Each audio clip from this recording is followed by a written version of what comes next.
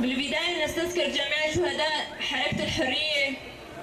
الذين ناضلوا وضحوا بأنفسهم من أجل حرية كافة الشعوب، وأيضا نستذكر شهداء المرحلة الأخيرة من مقاومة غاريلا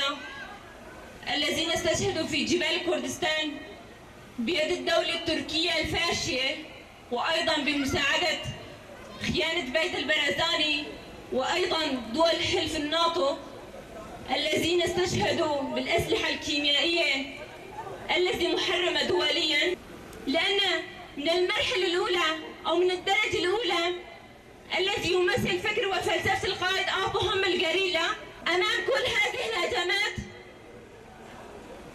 مقاومة غاريلا تؤكد لنا بأن قضية